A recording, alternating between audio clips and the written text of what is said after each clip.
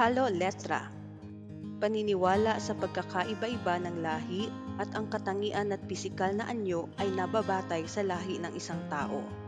Rasismo, kontemporaryong isyung panlipunan. Ito ay sinadyang kaguluhan o pananakot na ginagamitan ng karahasan ng isang pangkat o ng isang estado upang matamo ang isang adhikaing politikal o kriminal.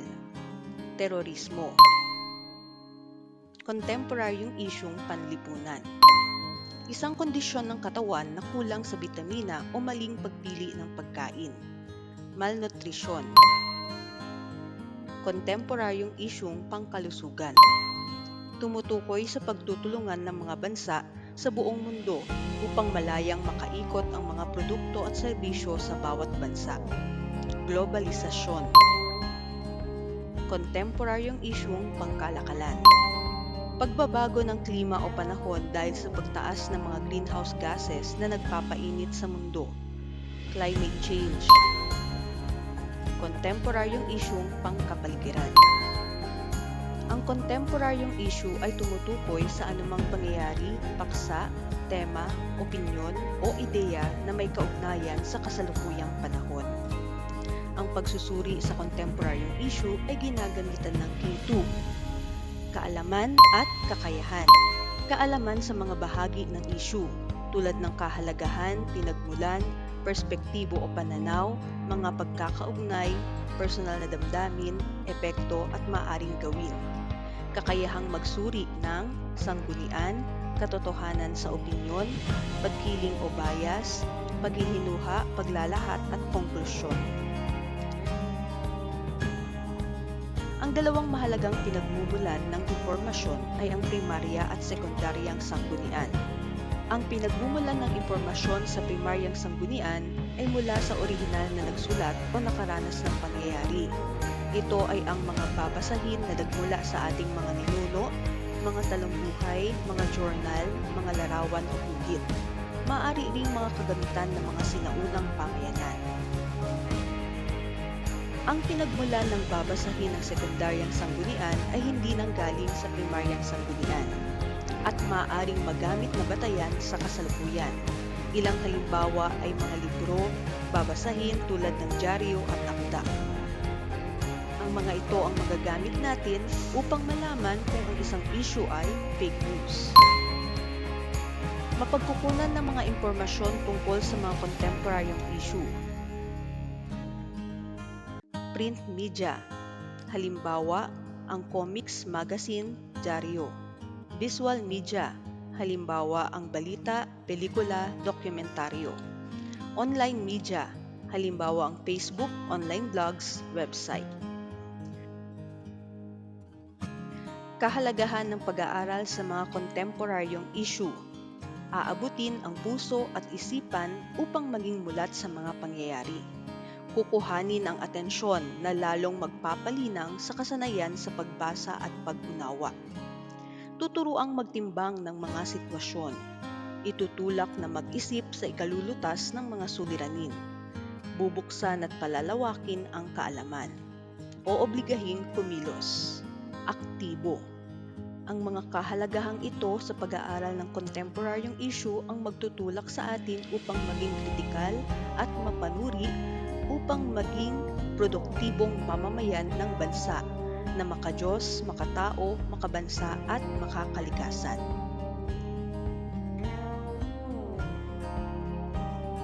Balita Suri.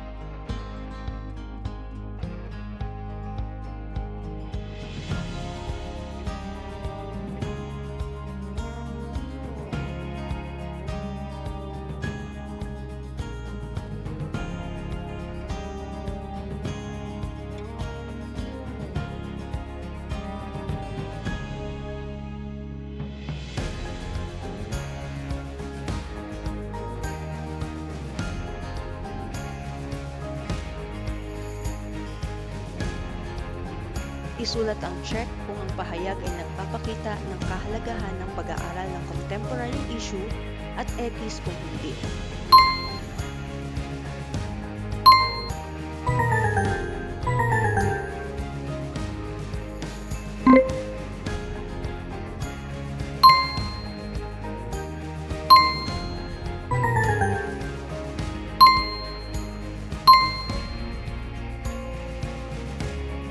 Piliin ang letra ng tamang sagot. Ano ang kahalagahan ng kamalayan sa kontemporaryong issue sa lipunan at daigdig? Nakatutulong sa paglinang ng kritikal at malawakang kaisipan, lalawak din ang koneksyon ng sarili sa lipunan, mapalawak ang pundasyon ng kaalaman, paggalang sa iba't ibang paniniwala. Alin sa sumusunod ang kasanayan na dapat taglayin sa pag-aaral ng kontemporaryong issue? Natutukoy ang katotohanan at opinyon, pagkilala sa mga sanggunian, pagbuo ng opinyon at ugnayan. Bakit mahalagang magkaroon ka ng malawak na kaalaman sa mga issue at hamong panlipunan? Upang maunawaan ang mga sanhi at bunga nito sa lipunan, upang maging aktibong bahagi ng mga programa at polisiya. Ang isang issue ay maaaring pag-aralan sa pamamagitan ng pagsusuri ng ilang bahagi nito. Alin sa sumusunod ang kabilang dito? Uri, sanggunian, kahalagahan, epekto. Sa pag-aaral ng mga kontemporaryong issue, nalilinang ang pagiging mabuting mamamayan. Alin sa sumusunod na pahayag ang sakop nito? Aktibong pagganap sa mga gawain, damdaming makabayan, koneksyon ng lipunan sa sarili. Hindi sapat na ikaw ay mulat at mapanuri. Dapat alam mo kung paano manindigan at maging mapagtugon sa mga isyong ating kinakaharap.